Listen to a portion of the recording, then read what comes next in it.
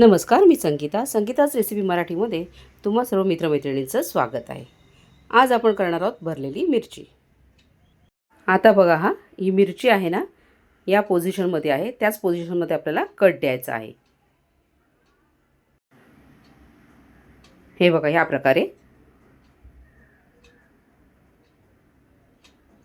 शेवटपर्यंत द्यायचं आहे कट. आता यातल्या ज्या बिया आहेत त्या जर तुम्हाला नको असतील तर त्या काढून टाकू शकता तुम्ही, नाहीतर तुम्ही त्या थोड्यात ठेवू शकता. आता ही दुसरी मिरची घेतलेली आहे, त्याला देखील कट मारते. अशा पद्धतीने मी या पाचही मिरच्यांना कट दिलेला आहे. आता आपण नारळ खोवून घेऊया. आता या नारळाच्या चवमध्ये थोडीशी हळद, थोडी कोथिंबीर आणि हिंग आणि चवीप्रमाणे मीठ घालून आपल्याला मिक्स करून घ्यायचं आहे.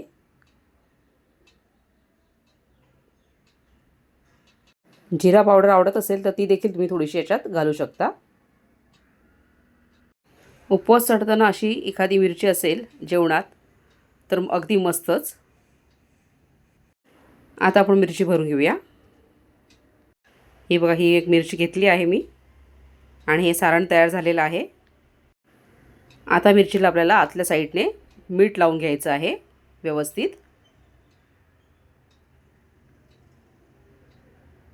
आणि मग आता त्याच्यात आपल्याला सारण भरायचं आहे. ताज्या ओल्या खोबऱ्याचं मिश्रण भरत आहोत आपण त्याच्यामध्ये. अगदी काठोकाठ भरायचं आहे, गच्च अगदी.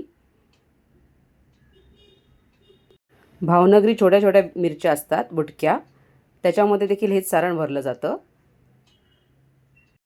आता आपण दुसरी मिरची घेतलेली आहे, त्याला देखील त्याच प्रकारे आपण मीठ लावून घेत आहोत. अतिशय चवदार लागतात या मिरच्या. नक्की करून बघा ही रेसिपी. आता अशा प्रकारेच आपण सर्व मिरच्या भरून घेणार आहोत.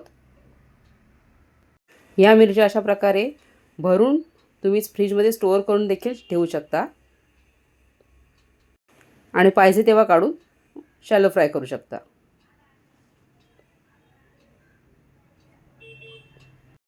आपल्या सर्व मिरच्या आता भरून झालेल्या आहेत. आता आपण या शॅलो फ्राय करूया.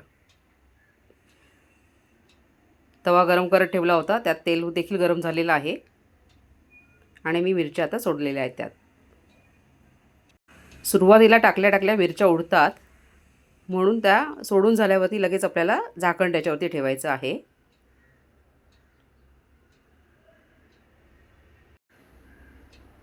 हे बघा, मी आता लगेच झाकण ठेवते.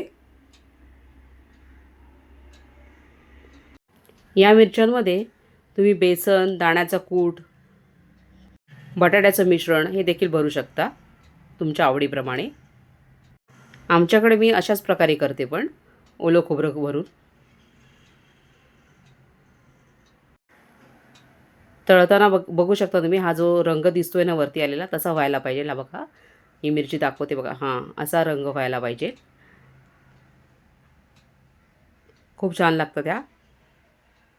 यात भरलेल्या खोबऱ्याचं सारण थोडं शिल्लक राहिलेलं आहे, ते मी वरणामध्ये घालणार आहे. तुम्ही बघू शकता, मस्तपैकी मिरची आपली तळली गेलेली आहे. आता आपण ही काढून घेऊया.